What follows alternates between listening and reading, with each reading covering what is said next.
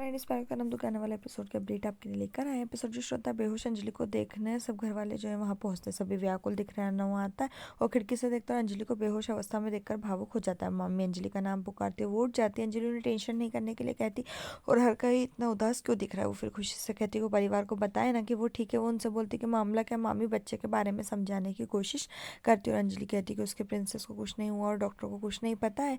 यहाँ सभी हॉस्पिटल यहाँ बहुत सारे हॉस्पिटल है जहाँ वो जा सकते हो, सब कुछ ठीक हो जाएगा। सबको बोलती है कि उसकी राजकुमारी उसका इंतजार कर रही है और अपनी माँ को बुला रही है। ऐसा लगता है कि अंजलि ने अपना मानसिक संतुलन खो दिया। ऐसा नहीं लगता कि अर्नव जो उसे देख रहा है वो सुन पा रहा है, लेकिन वो अपनी दी को इस अवस्था में देखकर स्पष्ट रूप से व्याकुल लग रहा है। अंजलि कपड़ों के बारे में पूछती है और वो राजकुमारी के अनुरूप क्या होगा। अंजलि कहती है कुछ नहीं हुआ है। खुशी अंजलि का चेहरा पकड़ती उसे समझाने की कोशिश करती है, लेकिन अंजलि उसे बकवास बोलना बंद करने के लिए कहती है ऐसा कुछ भी नहीं हुआ है। तभी अंजलि ने अर्नव को बाहर नोटिस किया और खुशी को अर्नव के पास जाने और उसे बताने के लिए कहा कि उसकी राजकुमारी को कुछ भी नहीं हुआ और डॉक्टर को कुछ भी पता नहीं। अर्नव घूमता और अंजलि को देखता और उसकी आंखों में आंसू है।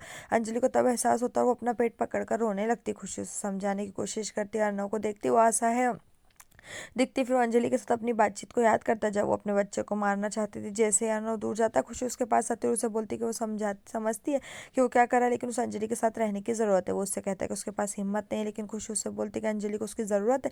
डॉक्टर आता है और जो कुछ हुआ उसके लिए माफी मांगता। नर्स कमरे में आती और सभी को जाने के लिए कहती क्योंकि मरीज को आराम की जरूरत है। मामी हंगामा करती है, लेकिन फिर वो लोग चले जाते।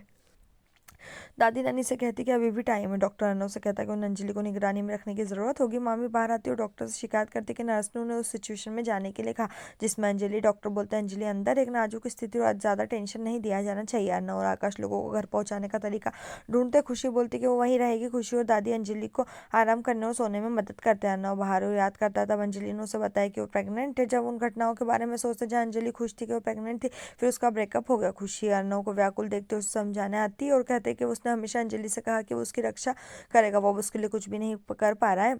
वो सब बोलता है उसने कोशिश की लेकिन हर टाइम विफल रहा। श्याम ने अंजलि को धोखा दिया और कुछ भी नहीं कर पाया। खुशी अर्नव को समझाने की कोशिश करती है, लेकिन उसे कहते हुए रोक देता है कि वो सच कह रहा है। वो जारी रखता है कि उस दिन भी वो अंजलि की मदद करने के लिए सक्षम नहीं था। अर्नव तो फ्लैशबैक करता है जब वो छोटा था और अपनी माँ को अपने पिता पर चिल्लाते हुए कहता है कि वो ऐसा कैसे कर सकता है। उसने एक मिनट में भी अपने बच्चों की शादी के बारे में नहीं सोचा।